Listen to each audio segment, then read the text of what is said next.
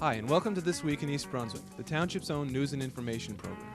Today we take a final look at the Children's Summer Theater program. This week's production was Peter Pan Meets the Wicked Wizard. Members of the Teen Library Corps will show how to make friendship bracelets. We'll hear about Sunday's concert with a New Jersey percussion ensemble. Peggy Ballister-Howells will have gardening information about how to plant leeks. Later, Channel 8 intern Hope Silverglade interviews Mary Ann Keller, director of the East Brunswick Montessori School. Part 1 of her series, Respecting Your Child, focuses on separation anxiety. And we'll end this week with pool safety tips from consumer advocate Adrian Eisner.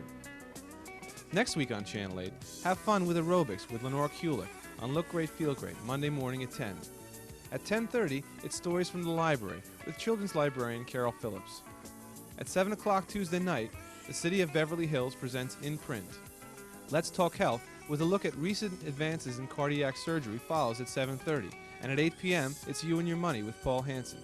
At 8:30, John Runyon interviews representatives from the Institute for Management and Technology at Middlesex County College on business bylines. This month's edition of Spotlight on Education is a special Welcome to East Brunswick Schools. That's at 7:30 Wednesday night. At 8 p.m., Stuart Davis investigates AIDS and teens on 18, Growing Up in East Brunswick. This Week in East Brunswick will return at 7 and 8 Thursday night, the 18th. At 7:30, Dr. Natalie Winters presents Psychology in Action. Be sure to check the Channel 8 program guide for repeats of all these programs. Last Friday marked the final performance for the Children's Summer Theater. Here's an excerpt from that show, Peter Pan Meets the Wicked Wizard. Ho, ho, ho! Broke my spell! We all did! You all did! What? And what did you want to come and ruin my very first party for? Why? Why? All right, I'll tell you why. I'll tell you why. I wanted to ruin this party because I wasn't invited. Well, how would you like it? How would you like it, all of you? You would never, ever been invited anywhere. Oh, sure, when I was a little boy, they had parties. They had lots of parties. They never invited me. They went roller skating and flying kites. Nobody asked me to play. They see me on the street and they say, there goes Patsy Stinko.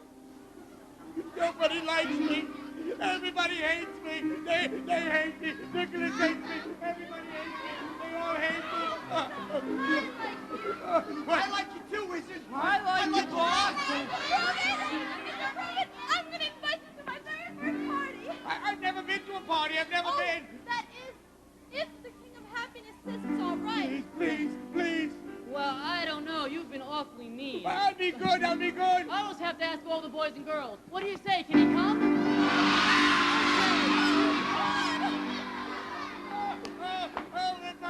From now on, it's going to be different. It's going to be different. It's outside chimney. It's outside golly like smoke from a chimney. Your troubles will go. When you are feeling jolly, cause smiling, yes, smiling.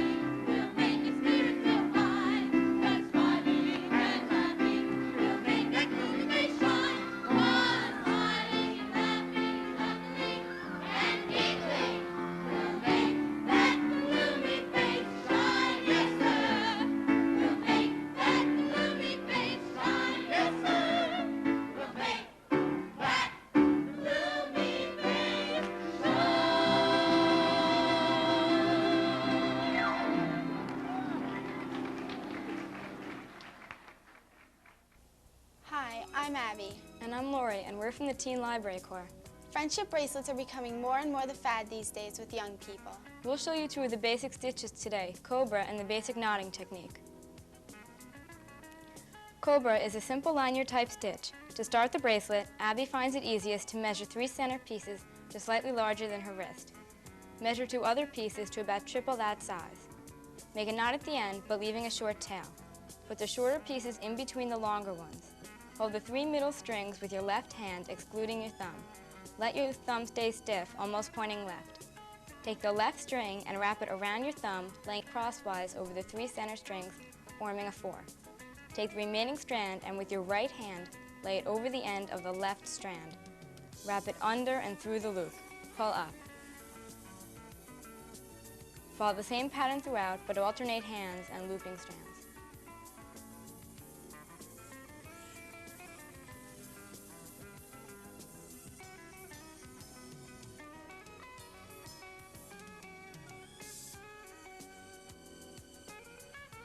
basic knotting technique is one that will probably be most familiar to you. There are many variations to this, but they all go back to the basic pattern. You begin by cutting yard-length pieces of embroidery floss. The number of strands you use will determine the width of the bracelet.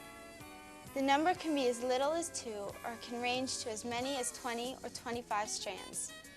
The technique is actually simple once you become experienced with the construction of the bracelet. Generally, you tie knots. This is a 6-strand bracelet which Lori has started to illustrate its shape to you.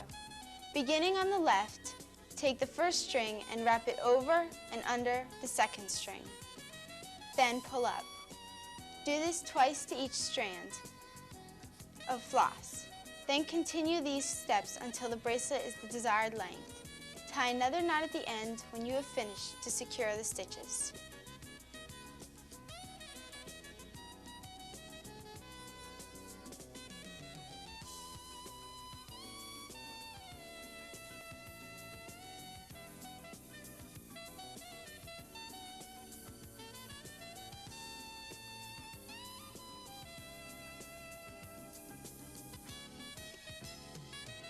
These are some variations. As you can see, you can braid or separate them at the end. You can also tie knots at intervals of rows. You can make other types with DMC or other embroidery floss. There are even some types of strings that change colors every foot or so. For full instructions on some of these and others, send a self-addressed stamped envelope to the address shown. Thank you. We hope you have fun making bracelets in the future. Hi, I'm Dolly Vaster for This Week in East Brunswick, and I'm down at the East Brunswick Community Beach. This is one of the last in our series of concerts. We're going to be having the New Jersey Percussion Ensemble with us tonight, and I have one of the composers with me. I just found out last week that he was really from East Brunswick, and his name is Ralph Itterhus. Close? Very Is that close. Excellent. That's excellent. pretty good. Yes. Okay. Yes. Now, tell me a little bit about the Percussion Ensemble. Exactly what is their purpose? It's an ensemble that was started by Ray DesRoches, a very famous percussion player from New York, who now lives and teaches at Patterson State College, and is one of the best in the country, probably the best percussion ensemble in the country. And they're advancing the literature for percussion ensembles, getting composers to write more pieces for such an ensemble, and maintaining very high levels of high standards in the choice of pieces that they play and the ability to play them. They're excellent performers. Well, I know that the New Jersey Percussion Ensemble has a tremendous reputation in this state. It is a bit avant-garde in music, though, isn't it? In a sense, it would have to be, because unlike the string quartet, where composers have been writing for centuries for, this is a relatively new for percussion to be exclusively by itself without wind or string instruments. So, but there is quite a wide variety of music, including transcriptions of more traditional pieces. How do you feel about your piece being done tonight and you conducting it in East Brunswick? Oh, I'm delighted. It's wonderful. It's the first time, except at Rutgers. I've conducted some of my music at Rutgers, where I teach. But this will be the first time in East Brunswick, and I'm very pleased that you have us. Thank you, thank you. And if all of you out there think that I'm kind of sitting in his pocket, I really am, because we only have one microphone between us tonight. Listen, good luck with your piece tonight, Thank Rob. you very much, Ms. Austin. I'll see you later. Yeah, okay, bye. Hi, this is Peggy Ballister-Howells, your Middlesex County Agricultural Agent, and I'm here in the backyard with a surprise. These are leeks, and ordinarily you don't find leeks at this time of year, and they're usually planted in the spring. You can even plant them from seed. But I was lucky enough to find some at my local garden center that nobody else wanted, and I quickly scoffed them up. One of the reasons why I'm recommending that you could still plant them is that they overwinter very nicely and will continue to grow next spring and can be harvested. Now right here I have some leek flowers. These are actually the flowers from the leeks I had from last year, and they can dry nicely. Some of them are quite enormous. This one is huge. And they can be used in dried flower arrangements. So I didn't harvest them this year for the root, which is usually used in soups and can be stir-fried, but this year I just harvested them for the flowers, which are kind of fun. But I didn't get to plant any this spring, so now I'm going to plant these. And you want to put them in a place where they get a lot of sun, And in this little spot, the sun comes in early afternoon and stays for the rest of the day. But there's one problem with these leeks, and that's that because they're so overgrown in their little pots, they're going to be very difficult to separate. So I'm going to try and get off as much of the soil as possible, and then I'm going to try dunking them in some water here. And that'll help wash a lot of the soil out so that we can separate them a little bit better. See that massive collection of roots? But they are very tough and will regenerate new roots. So if you damage them a little bit, it's okay. Now let's see if we can get them.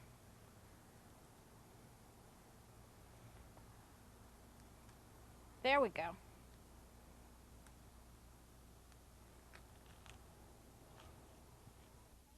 Now this one still has a fairly healthy looking root system. You can see that a lot of the roots are still very much intact. We can get rid of this one leaf that doesn't look so good. And I'm going to plant it right here.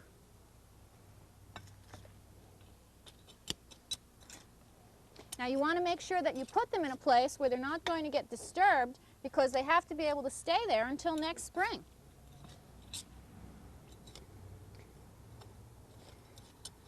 Leeks tend to be very expensive in the supermarkets, which is one real good reason for growing them. They are one of the few crops that overwinters around here. And that's another good reason. And if you don't like to eat them, you can always just enjoy the flowers. We'll see you here next week in my backyard.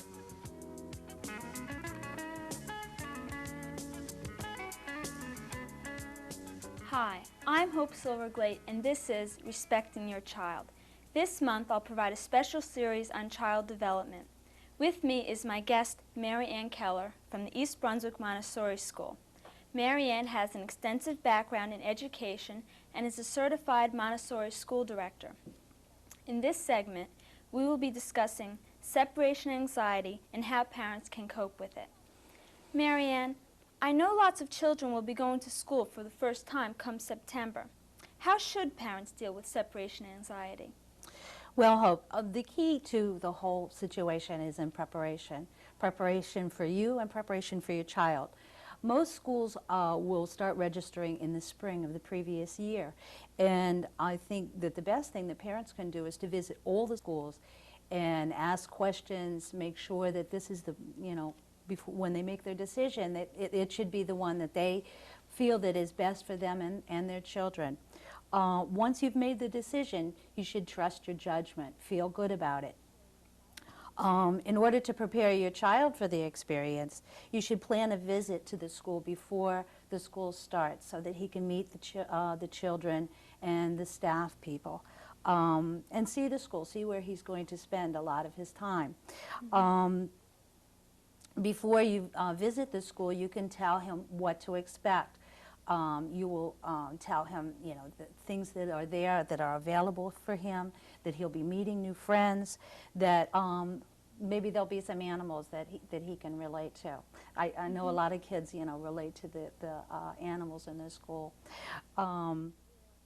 Tell him that there'll be things to do, and that the teacher will be there to help him, that he doesn't have to make a lot of decisions for himself, that he'll be able to depend on her to give him guidance.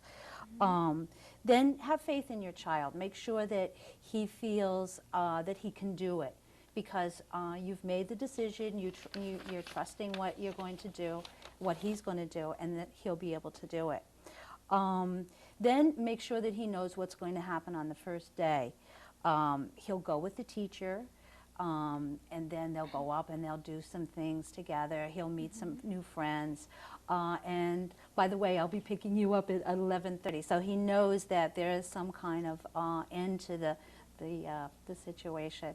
Then when he sees that happening again and again, he'll be able to build the trust that he needs to, to get through the situation. Oh. And what if there are tears on the first day of school? Well, most preschools have planned a typical routine, and you should go with that routine. That's most important. If they meet the children all together with a teacher, then you should go with that routine. Try not to, diverse from that routine. Go with the, with what the teachers have planned. Then make a quick break. Prolonging the anxiety, makes it difficult for both you and your child. And you should remember to smile. Okay. Well, thank you, Marianne, for joining us. Next week, we will take a special look at teaching children to make wise choices and avoiding power struggles. For now, thank you, and see you soon. Hello, and welcome to Consumer Aware. I'm Adrienne Eisner, Director of the East Brunswick Consumer Affairs Office. Now that we are into summer, many of you who own or use swimming pools should be aware of basic safety precautions for children. According to the Consumer Product Safety Commission, an estimated 300 children under the age of 5 drown each year in residential swimming pools and spas. Here are some important tips. Make sure that all doors leading to the pool area are closed and locked. Young children can slip away and into the pool. Do not consider young children drown-proof because they have had swimming lessons. Young children should always be watched carefully while swimming. Do not use flotation devices as a substitute for supervision. Instruct babysitters about potential hazards to young children in and around swimming pools and the need for constant supervision. Completely fence the pool. Position latches out of the reach of young children. Keep toys away from the pool area because a young child playing with toys could accidentally fall into the water. Learn CPR, cardiopulmonary resuscitation. Place tables and chairs well away from the pool fence to prevent children from climbing into the pool area. Diving injuries can result in quadriplegia, paralysis below the neck, to divers who hit the bottom or side of a swimming pool. Divers should observe the following precautions. Never dive into above-ground pools. They are too shallow. Don't dive from the side of an in-ground pool. Enter the water feet first. Dive only from the end of a diving board and not from the sides. Dive with your hands in front of you and always steer up immediately upon entering the water to avoid hitting the bottom or sides of the pool. Improper use of pool slides present the same danger as improper diving techniques. Never slide down head first. Slide down feet first only. We hope that you and your family will take the time to review all of these safety precautions which are so important. Please follow them and have a safe and enjoyable summer. If you have any consumer-related questions or problems, please be sure to call us at the East Brunswick Consumer Affairs Office. We're located in the municipal building. We are open Monday through Friday from 9 a.m. until 5 p.m. Our telephone number is 390-6954. Thank you for joining me on Consumer Aware. See you again next time.